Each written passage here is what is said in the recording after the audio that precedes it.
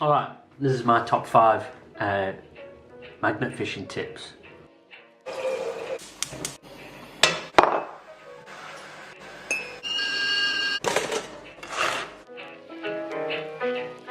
Okay, top 5 tips on magnet fishing. Now, these are just my tips. Let's not get too caught up in it. There are probably other tips that other people have, but these are my top 5. Okay, number 1. Buy a decent magnet, buy some decent rope. Now, you can buy small magnets which will pull out little things, but you'll only be disappointed every time you can feel that magnet click onto something and then you keep pulling it off. Oh no! Oh, what was that? I wonder what that was. That could have been a chest of gold or something. Just buy something at least 250 kilograms, at least. Don't waste your time with smaller magnets. I've done that myself and it's just disappointing. But also rope. Oh. When I first started, I had a small magnet with some small sort of like washing line rope on it, and it got snagged on something, and then the rope snapped. And the same happened to my dad also. So we both lost magnets and rope. So we were probably 30 quid down before we even got into it. Anyway, so I'm going to show you quickly what my magnet is. I'm not suggesting you go out and buy this magnet at all, but I'll give you an idea. Okay, magnet. So this is a £1,000 magnet, which cost, I think, 60 quid a while ago. They're probably cheaper now. And you can get better magnets than this probably also, but I've had it a fair few months. Anyway, so a decent magnet. The rope is 1200 kilogram pull marine rope, so it's not going to rot, it's not going to hold too much water, it doesn't stretch, there's no stretch in it whatsoever. So anyway, it's got a decent knot on it. I don't remember the name of that knot, but that knot is not coming undone. I've then tied an extra knot in the loose part so it can't pull through. I've then cable tied the loose bit to the main part of the rope, and then I've wrapped that in tape also, so there's nothing for it to snag on, nothing at all, and it's not coming undone. Because if I lost this magnet, I'd probably cry because it cost me so much money. But then the rope is, I think there's about 15 meters of rope, which I think is enough. It reaches from one side of a canal to the other. It reaches fairly far into a river. And that's it, yeah. So, decent magnet, decent rope, tie it on good. Tip 2. Wear gloves. Now, I've been guilty of not wearing gloves.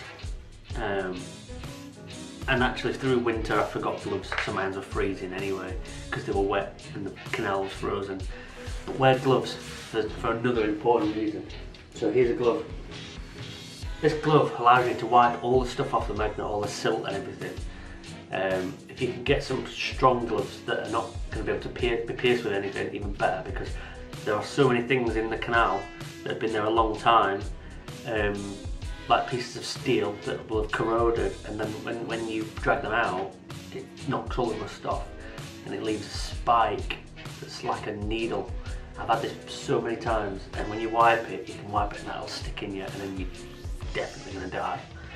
So yeah, wear decent gloves. If you can get waterproof gloves, even better, because again, in winter you don't want your hands to be cold, and you need to stay safe. So decent pair of gloves is definitely a must. Okay, tip 3. Now I made a video about this recently, and Now I'll talk about it again. Don't jump in the water, no matter what it is. It doesn't matter how much your magnet costs.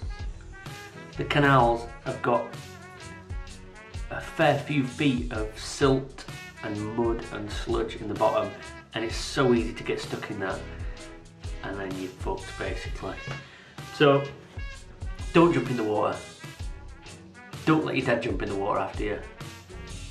Don't, 2 people were killed recently, and me and my dad are both guilty of jumping in the water after things.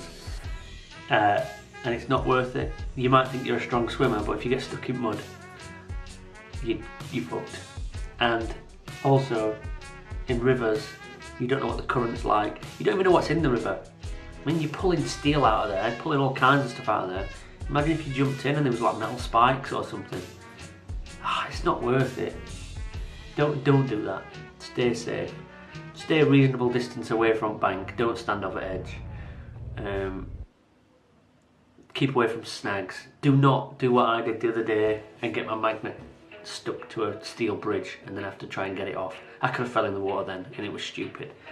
Just don't do that. Alright, tip 4. Clean up after yourself. Yeah, I know there's people magnet fishing in my local area.